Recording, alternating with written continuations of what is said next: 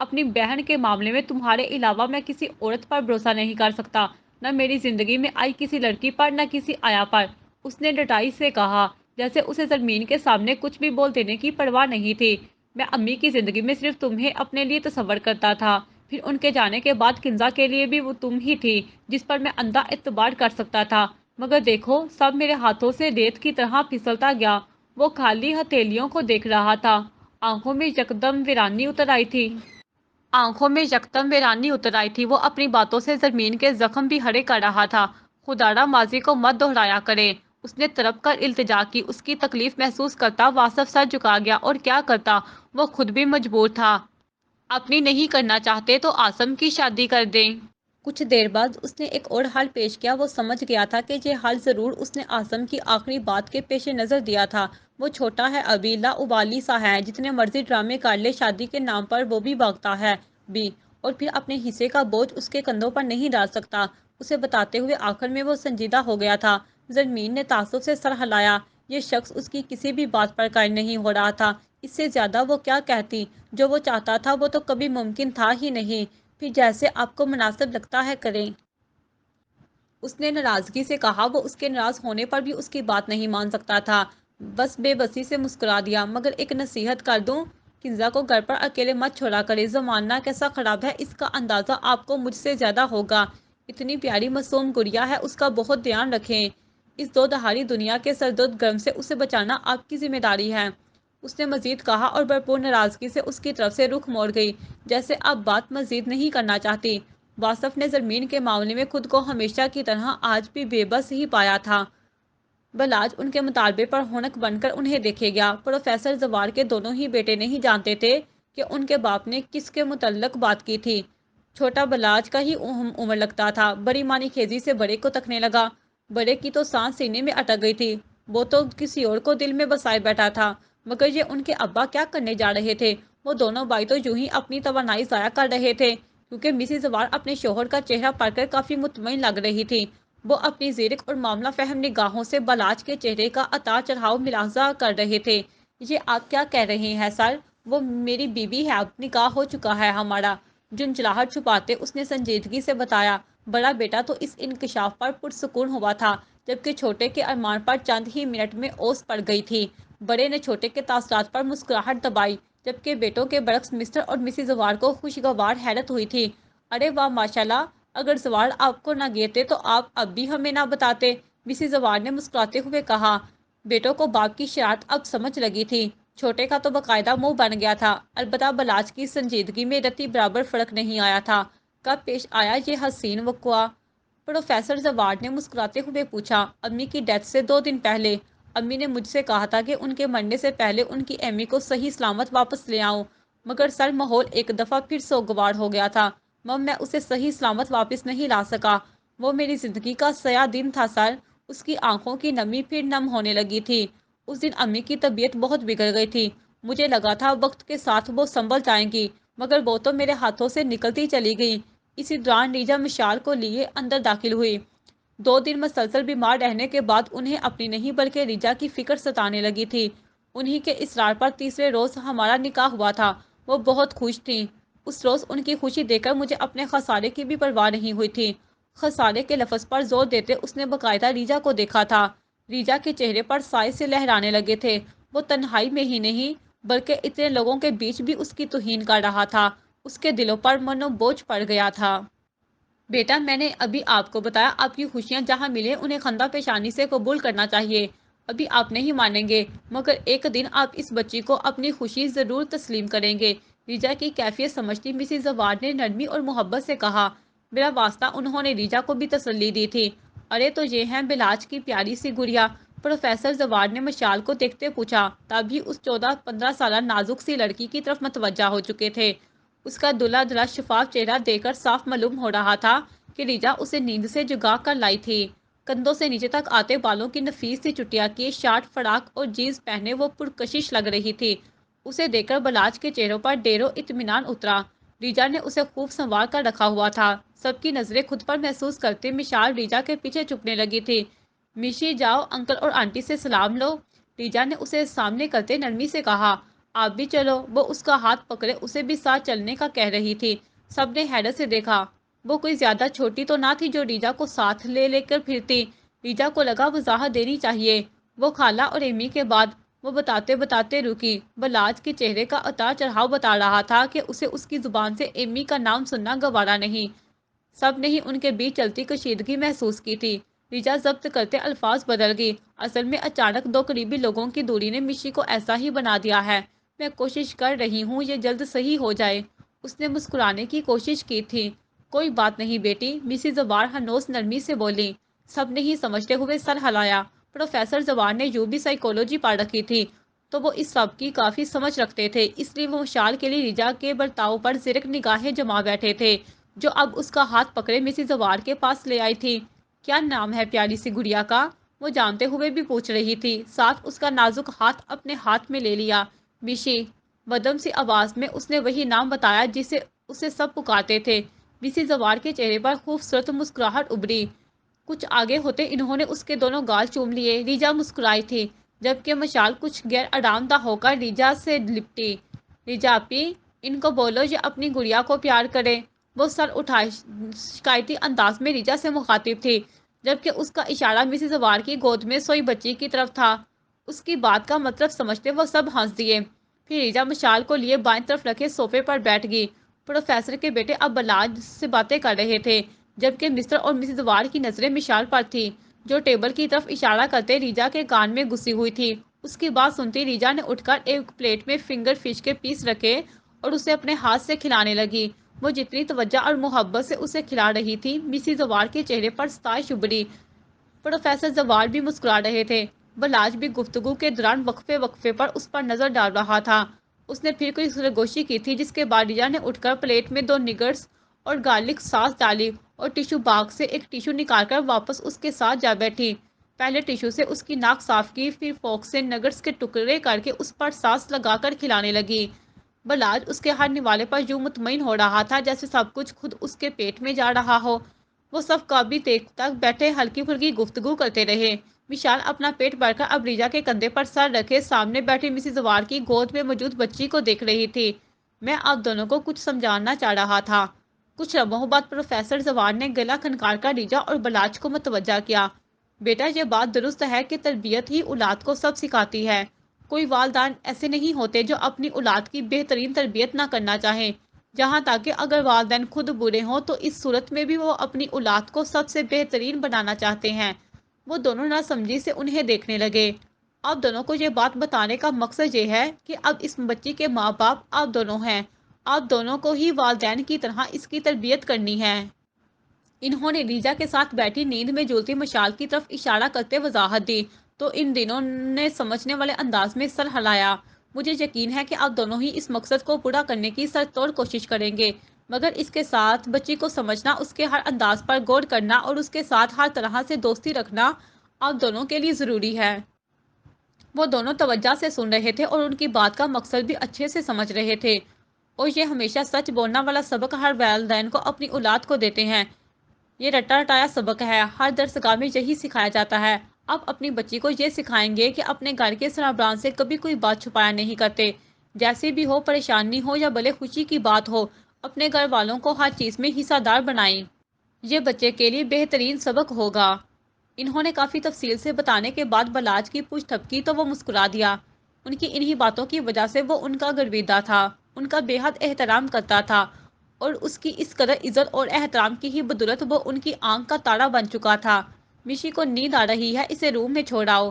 بلاج نے مشال کو اونگتے دیکھا تو ریجا کی طرف دیکھے بغیر اسے مخاطب کیا۔ بلا ابھی تھوڑی دیر پہلے تو اٹھی تھی، ریجا پریشانی سے بول لی۔ پھر مشال کی گال تھپتھپاتے نرمی سے پوچھا، میری جان کو اتنی جلدی نیند کیوں آ گئی؟ مشال نے وہ مشکل آنکھیں کھولتے سر ہلایا۔ ریجا کو تشویش ہوئی، مگر ظاہر کیے بغیر ہنوز نرمی سے بولی، اگر مشی اپنا سونا کم کرے گی تو اسے مزے مزے کے کھانے بنا کر دیا کروں گی۔ سچی میں؟ اس آفر پر ایک لمحے کو تو مشال کی آنکھیں پوری کھل گئیں۔ سب ان دونوں کی طرف متوجہ ہو چکے تھے۔ بلاج کو ریجا پر غصہ آنے لگا تھا، جو اس وقت اس کی بہن کی نیند کی دشمن لگ رہی تھی۔ ہاں بالکل سچ، ریجا نے اس کی گال چومتے کہا تو وہ ادھ کھلی آنکھوں سمیت مسکرائی۔ اوکے، پھر مجھے 3 ملک کیک کھانا ہے۔ اس نے بڑی چاہت سے فرمائش کی۔ سوائے بلاج کے سب کے چہروں پر مسکراہٹ تھی۔ پر مجھے سونا ہے، اور فرمائش کرتے ہی وہ دوبارہ ریجا کی گردن میں چہرہ چھپانے لگی تھی۔ ریجا کے ماتھے پر تفکر کی لکیریں ابھری۔ وہ اس حادثے کے بعد سے اب تک سکول بھی نہیں گئی تھی۔ گھر میں بھی زیادہ وقت صرف وہ سو ہی رہی تھی۔ ریجا کی پریشانی وجہ تھی، وہ نیند چاہتی ہے۔ اسے اب بھی اٹھتے نہ دیکھ کر بلاج نے کچھ ناگواری اور سختی سے کہا۔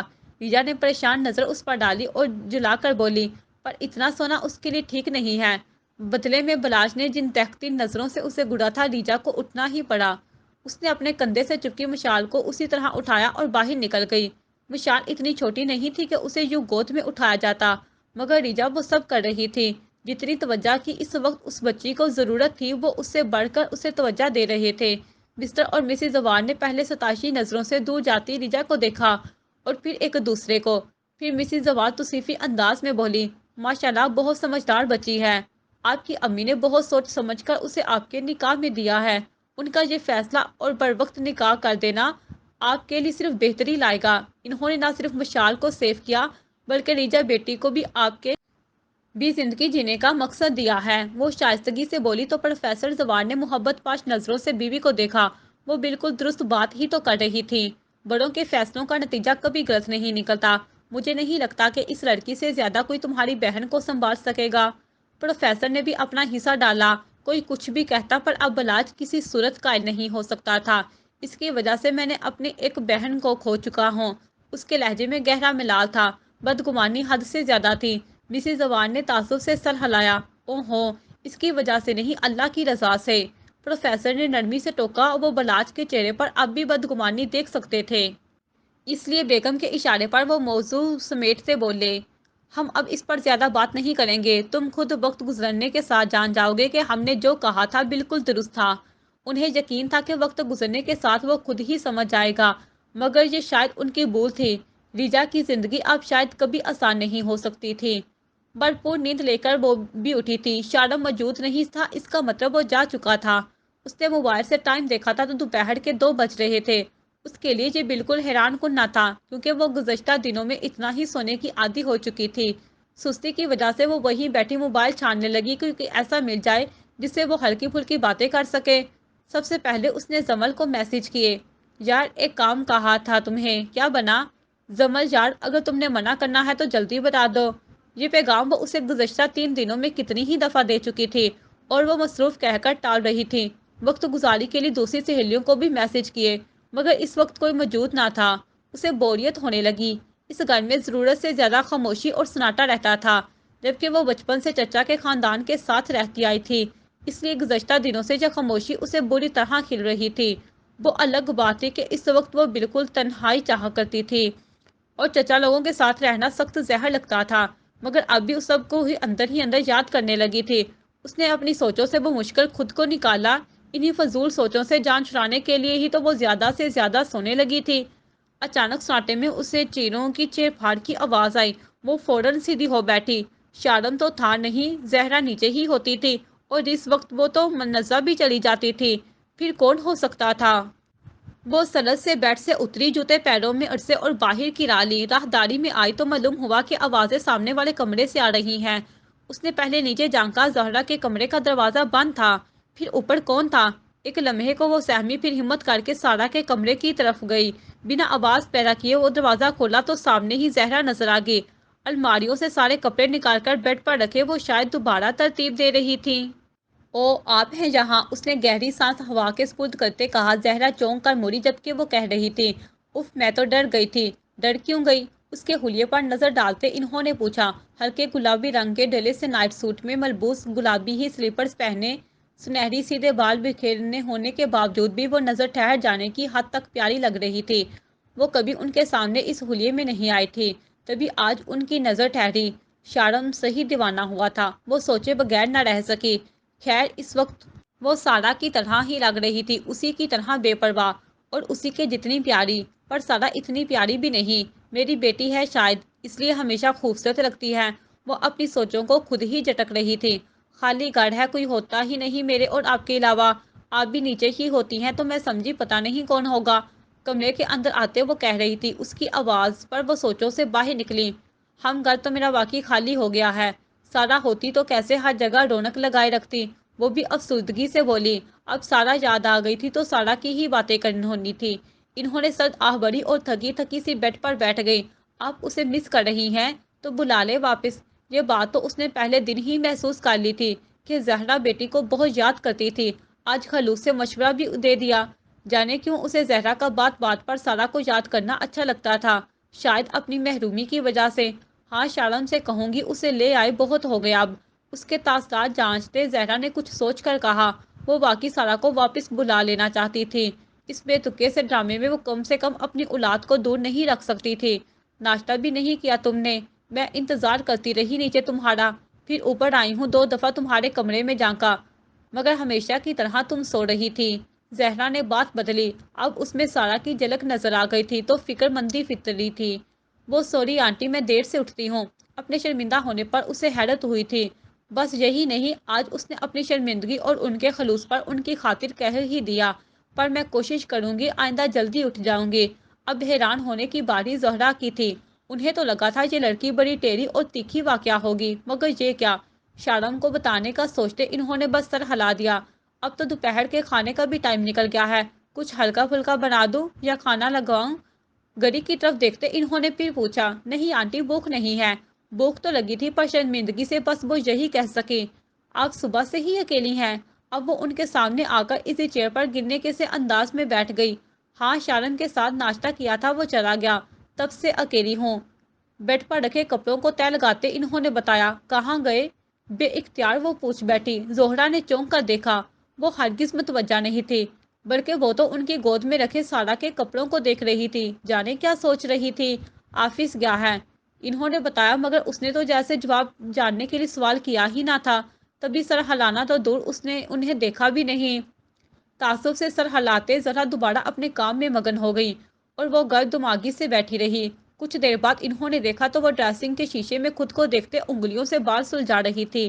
ہو بہو میری سارا لگ رہی ہو، انہوں نے مسکراتے ہوئے کہا۔ اشمیرا پھر حیران ہوئی، کوئی اتنا بھی کسی کو یاد کر سکتا ہے؟ بے اختیار اسے سارا پہ رشک آیا۔ وہ بھی شیشے کو دیکھ کر اس کے سامنے سے نہیں ہٹتی، پھر بار بار خود کو ہی دیکھتی رہتی ہے۔ وہ مسکراتی آواز میں ایسے بتا رہی تھی جیسے تصویر میں سارا وہی کو دیکھ رہی ہو۔ بہت پیار کرتی ہے نا اب سارا سے؟ وہ کہے بغیر نہ رہ سکی۔ اس کے انداز میں حسرت سی تھی۔ زہرا چونکی۔ یکدم انہیں احساس ہوا کہ وہ اپنے ماں باپ سے شدید بدگمان ہیں۔ سب ماں باپ ہی اولاد سے پیار کرتے ہیں، خاص طور پر بیٹیوں سے۔ ان کا انداز کچھ جتاتا سا تھا۔ نہیں، ہر ماں باپ نہیں کرتے، اس نے دو ٹوک کہا۔ زہرا کو افسوس ہوا، اس سے پہلے کہ وہ مزید کچھ کہتی اشمیرا سلس سے اٹھ کھڑی ہوئی۔ یقیناً اسے اندازہ تھا کہ زہرا وہ اسے ماں باپ کے خلوص پر ایک لمبا لیکچر دیں گی۔ کتنی بوریت ہے یہاں، پر انگڑائی لیتے اس نے خوبصورتی سے ٹال دیا۔ میں ابھی اپنے دوستوں کو میسج کر رہی تھی کہ کوئی تو آن لائن ہو اور جواب دے، مگر کسی نے ریپلائی نہیں کیا۔ زہرا نے اس پر گہری نظر ڈالی۔ بڑی عجیب لگی تھی وہ انہیں، کتنے اچھے طریقے سے اس نے بات بدلی تھی۔ مصروف ہوں گی سب، انہوں نے کہا۔ اشمیرا اب بھی شیشے میں خود کو دیکھ رہی تھی۔ جی سب مصروف ہو گئی ہیں، اور اشمیرا فارغ ترین، ہنستے ہوئے جیسے اس نے اپنا مذاق اڑایا۔ زہرا کو تعجب ہوا، آخر اس لڑکی کو کیا بات کھل رہی تھی؟ ماں باپ کی بے رخی، تنہائی، اپنا خالی پن، شاید ان میں سے کچھ۔ ہاں، ہو سکتا ہے شارم کی بہت زیادہ مصروفیات بری لگ رہی ہوں۔ یہ ایک اور سوچ بھی ذہن میں آئی جو کہ بالکل غلط تھی۔ وہ اب اپنا کام چھوڑ کر پوری طرح اس کی طرف متوجہ ہوئی۔ تو تم بھی مصروف کر لو خود کو، انہوں نے مشورہ دیا۔ سمجھ ہی نہیں آتی کیا کروں، تھکے تھکے سے انداز میں اس نے کہا۔ دماغ مفلوج ہو رہا ہے، سوچیں ختم ہو چکی ہیں، سب بے مقصد ہے، پوری زندگی بے مقصد ہے، چاروں طرف اندھیرے کے سوا کچھ نظر نہیں آتا۔ ان کے مشورے پر اس کے اندر یہ شور بھی برپا ہوا۔ اس کا دل کیا یہ سب چیخ چیخ کر انہیں بتائے، مگر لب خاموش رہے۔ خیر اسی میں ہی بہتری تھی۔ شارم کی یاد آ رہی ہے کیا؟ اس کی لمبی چپ پر زہرا نے اندازہ لگایا۔ وہ بری طرح غرق کرتی سوچوں سے زبردستی نکلی اور ان کی بات پر آنکھیں پھیل گئی۔ اس نے سر نفی میں ہلانا چاہا، مگر یوں ہی پھٹی آنکھوں سے انہیں دیکھے گئی۔ انہوں نے ایسا گمان بھی کیسے کر لیا؟ وہ تو بس یہی سوچ رہی تھی، کال کر لیتی اسے، بات ہوگی تو دل بہل جائے گا۔ اشمیرا نے تعجب سے دیکھا، وہ انہیں خاموش کروا دینا چاہتی تھی۔ شارم کو کہوں گی کہ تمہیں کہیں باہر لے جائے، سارا دن بور ہوتی رہتی ہے، تمہیں بھی یاد کرتی ہے، نرمی سے کہتی وہ اشمیرا کے 14 طبق روشن کر چکی تھی۔ وہ ایک جھٹکے سے کھڑی ہوئی۔ نہیں، یاد تو نہیں، میرا مطلب ہے میں خود کہہ دوں گی انہیں اور کر لوں گی کال، اس نے تیزی سے کہا۔ مبادہ وہ شارم کو خود سے کچھ الٹا سیدھا نہ کہہ دے۔ میں چلتی ہوں، شاور لوں گی اب اور چینج کروں گی۔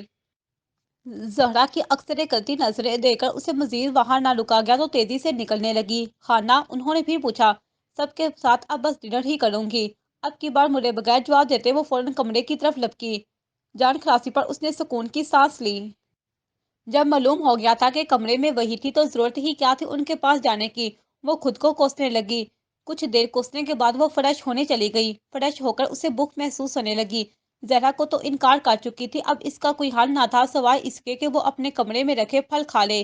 فی الحال وہ انہی سے اپنی تواضع کرنے لگی۔ فارغ ہو کر اس نے موبائل دیکھا، اسکرین پر زمل کا جوابی پیغام اس کے لیے خوشی کی نوید لایا تھا۔ میں نے تمہارا کام کر دیا ہے شمیرہ۔ اچھا، شکر ہے۔ اس نے حیرانی کے ساتھ شکر بھی ادا کیا۔ میں کال کر لوں تمہیں؟ یکدم وہ پرجوش ہو گئی۔ وہ ساری تفصیل کر کے کال سننا چاہتی تھی۔ ادھر شرم جو اس کے جوش پر جل بن رہا تھا، کال کا سن کر مزید بدمزہ ہوا۔ آخر کہاں پھنس گیا تھا وہ؟ نہیں، میں ابھی بیزی ہوں یار، اس نے صاف منع کر دیا۔ کال تو وہ بھی کر نہیں سکتا تھا، جو بھی وہ اس وقت ہسپتال میں تھا اور خضر کی وجہ سے اس کا دماغ گرم تھا، اس لیے اس کا میسج کرنے کا بھی موڈ نہیں تھا۔ میں نے دیکھا ہے FB پر، وہاں تو اس کی آخری پوسٹ 2 مہینے پہلے کی ہے۔ اس نے جھوٹ بول کر ہی جان چھڑوانے کا سوچا تھا، مگر یہاں وہ خوش قسمت ثابت ہوا کہ جھوٹ بولنے سے بچ گیا۔ یار اب واقعی 2 مہینے وہاں ایکٹیو نہیں ہوا تھا۔ یار زمل، تم بھی کیا کرتی ہو؟ پوسٹ سے کیا ہوتا ہے؟ پوسٹ تو لوگ دیر دیر تک بھی نہیں کرتے، تم نے میسج کرنا تھا نہیں۔ اس نے زمل کی عقل پر ماتم کرنا چاہا۔ شرم اس کے تیز دماغ پر دانت پیس کر رہ گیا۔ یعنی وہ اس معاملے میں اب بھی خوش قسمت نہیں تھا کیونکہ جھوٹ سے بچ نہیں سکتا تھا۔ تمہارے کہنے سے پہلے ہی کر دیا تھا، بلکہ اسی دن ہی کر دیا تھا۔ 3 دن ہو گئے ہیں، کوئی جواب نہیں آیا۔ بڑے ہی اطمینان سے اس نے سفید جھوٹ بولا۔ یار پتہ نہیں یہ کیا ہو رہا ہے۔ دوسری طرف اشمیرہ مضطرب ہوئی۔ اب کیا کریں؟ اب میں کیا کہہ سکتی ہوں؟ وہ سوچوں میں ہی غرق رہتی اگر زمل کا جواب نہ آتا۔ اور سناؤ، کیا کر رہی ہو؟ اس نے اشمیرہ کو بے تکی سوچوں سے نکالنے کو ہی مزید سوال کیے۔ کچھ نہیں، اپنے گھر کا تو پھر بھی کچھ کر لیتی ہوں، یہاں تو بس پاگل ہو رہی ہوں، زندگی عذاب ہو گئی ہے۔ اس نے بیزاری سے بھرپور جواب آئے۔ یکدم شارم کا دل چاہا اس کی آواز سنے۔ وہ جو چند لمحے پہلے اسے بات کر کے برے منہ بنا رہا تھا، اب تیزی سے اس کا نمبر ملانے لگا۔ ہیلو، کون بات کر رہا ہے؟ اس نے جٹ کال ریسیو کی۔ شارم نے اس کی پھرتیوں پر سکرین کو گھورا۔ آپ کا شوہر نامدار بات کر رہا ہوں، گلا کھنکارتے اس نے بتایا۔ شارم، اسے لگا جیسے سننے میں کوئی غلطی ہوئی تھی۔ اس نے اتنی جلدی کہاں سے نکلوا لیا میرا نمبر؟ وہ یہی سوچ رہی تھی جب اسپیکر پر آواز ابھری۔ یس شارن تلال اسپیکنگ۔ اتنا پریشان ہونے کی ضرورت نہیں، خود سے جڑے لوگوں کے بارے میں سب معلومات رکھتا ہوں، اس نے جیسے اشمیرہ کی سوچ بام کر بڑا مناسب سا جواب دیا۔ اشمیرہ گڑبڑا گئی، کتنا کھایا تھا وہ! 3 دن پہلے اسے سیدھا سادہ سمجھنے والا بیان اس نے سرد سے رد کر دیا۔ امی سے بات ہوئی میری کچھ دیر پہلے، اس کی خاموشی پر شارم ہی بولا تھا۔ معلوم پڑا ہے کہ کوئی بڑی شدت سے مجھے یاد کر رہا ہے۔ اب کی بات لہجے میں شرارت تھی۔ زہرا کے تجزیے کو وہ ان کے منہ پر غلط تو نہیں کہہ سکا تھا، البتہ اب اسے تنگ کرنا ضرور کر رہا تھا۔ غلط فہمی ہوئی ہے آپ کی امی کو، ایسا کچھ نہیں ہے، اس نے بے رخی سے کہا۔ اس وقت وہ مروت دکھانے کے موڈ میں ہرگز نہیں تھی۔ اس سے پہلے کہ شارم مزید کچھ کہتا اسی نے کہہ دیا، مجھے لگتا ہے آنٹی مجھے بلا رہی ہوں، پھر بات ہوگی۔ اس نے رابطہ نقطہ کر دیا۔ شارم نے حیرت سے سکرین کو دیکھا، شاید واقعی امی نے اسے بلایا ہو۔ اس نے خود کو تسلی دی۔ اسی لمحے انسٹاگرام پر اشمیرہ کا میسج آیا، یا تو مجھے کوئی مشورہ ہی دے دو، زیادہ نہیں تو کم سے کم زارب سے بس ایک دفعہ ہی بات ہو جائے۔ تو یعنی اس نے شارم سے جھوٹ بولا تھا۔ یہ جھوٹ افسوس کرنے کے لیے کافی نہیں تھا جو اس نے اتنی فضول بات بھی کر دی تھی۔ اسے بے حد غصہ آیا۔ وہ چاہتا تو چند دنوں میں اسے سیدھا کر سکتا تھا، وہ اب اس کی دسترس میں تھی، کچھ مشکل نہ تھا اس کے ساتھ زور زبردستی کرنا، مگر وہ ایسا نہیں کرنا چاہتا تھا۔ وہ اس کی پوری دلی آمادگی چاہتا تھا اور اس کے لیے اسے کچھ صبر کرنا تھا۔ پہلے تو دیر تک سین نہیں کرتی، اگر کر لو تو رپلائی نہیں دیتی، تمہیں نہیں لگتا تم آج کل روڈ ہو رہی ہو؟ دوسری طرف وہ اب زمل کے رویے میں واضح بدلاؤ محسوس کرنے لگی تھی۔ سامنے سے آتے ڈاکٹر کو دیکھا شارم نے اسے مصروفیت کا کہہ کر ٹال دیا۔ ڈاکٹر سے بات کرنے کے بعد وہ زرمین کی طرف بڑھ گیا۔ وہ اس وقت ویٹنگ ایریا میں بیٹھی تھی جبکہ اس کے ساتھ کچھ فاصلہ بنا کر واصف بھی بیٹھا تھا۔ وہ شاید کوئی بات کر رہے تھے، مگر شارم کو دیکھ کر زرمین تیزی سے اٹھتے سوالیہ نظروں سے شارم کی طرف دیکھنے لگی۔ زرمین، ڈاکٹر نے اسے آج رات کے لیے ایڈمٹ کر دیا ہے، اس کے چہرے پر پریشان کن تاثرات تھے۔ آنکھیں پھر بھیگنے لگی تھی۔ اس کی حالت سمجھتے شادم نے تسلی دی۔ سب ٹھیک ہے زرمین، کوئی پریشانی کی بات نہیں، مگر اس نے مختلف ڈرگز کے ہیوی ڈوز لے رکھے ہیں، بس اسی لیے ڈسچارج نہیں کیا۔ اس نے بمشکل سر ہلایا۔ تمہیں بلوایا ہے ڈاکٹر نے؟ شادم کے بتانے پر وہ بغیر کچھ کہے جانے لگی، مگر پھر اس کے بلانے پر رک گئی۔ خضر کے بارے میں جو بھی پوچھے بالکل درست بتانا، ڈاکٹر سے چھپانا بے وقوفی کے سوا کچھ نہیں ہے۔ اس کا انداز سمجھانے والا تھا۔ زرمین نے سر ہلاتے ہاتھ کی پونچھ سے آنکھیں صاف کی اور چلی گئی۔ سب ٹھیک ہے؟ واصف کو خاموش بیٹھے دیکھ کر شادم نے پوچھا۔ ہاں بس ویسا ہی ہے۔ زرمین کو دیکھ کر دل دکھتا ہے۔ وہ ٹھنڈی آہ بڑھ کر رہ گیا۔ اللہ سب ٹھیک کر دے گا یار، اس کی پوچھ تھپکتے شادم نے کہا اور چائے کی طلب محسوس کرتے کینٹین کی طرف چل دیا۔ 20-25 منٹ بعد وہ کچھ مطمئن سی واپس آئی، مگر واصف کو اب بھی وہی دیکھ کر اس کے ماتھے پر بل پڑے۔ آپ اب تک کرنے ہی گئے؟ کہا تو تھا تمہیں بیچ کر جاؤں گا، اور میں نے بھی کہا تھا کہ میں آپ کی ذمہ داری نہیں ہوں، آپ جائیں یہاں سے۔ واصف کے کہنے پر اس کی تیوری چڑھ گئی۔ اس کے بعد لحاظی سے بولنے پر واصف نے حیران نظروں سے اس کی طرف دیکھا۔ ان نظروں کا مفہوم سمجھتے وہ سرد سے نگاہ چرا گئی۔ ویسے بھی آپ کے رکنے کا فائدہ نہیں، ڈاکٹر نے خضر کو ایڈمٹ کیا ہے، رات یہی رکنا پڑے گا۔ اب کی بار اس کا لہجہ پست تھا، جیسے پچھلے رویے پر شرمندہ ہو۔ میں رک جاؤں گا، کل میں اس کے ڈسچارج ہونے سے پہلے ہی چلا جاؤں گا، اس نے فوراً کہا۔ زرمین اس کی ضد پر بے بس ہوئی، ہونٹ بھینچتے اب کی بار کچھ سختی سے بولی۔ میں اپنی ساس اور نند کو بلانے لگی ہوں، بہت دفعہ وہ کال کر چکی ہے خضر کا پوچھنے کے لیے۔ مزید انہیں بے خبر رکھنا میرے لیے مشکل ہے، اور ان کے سامنے آپ کی موجودگی میرے لیے صرف مسئلہ بنائے گی۔ میں ہینڈل کر لوں گا زری۔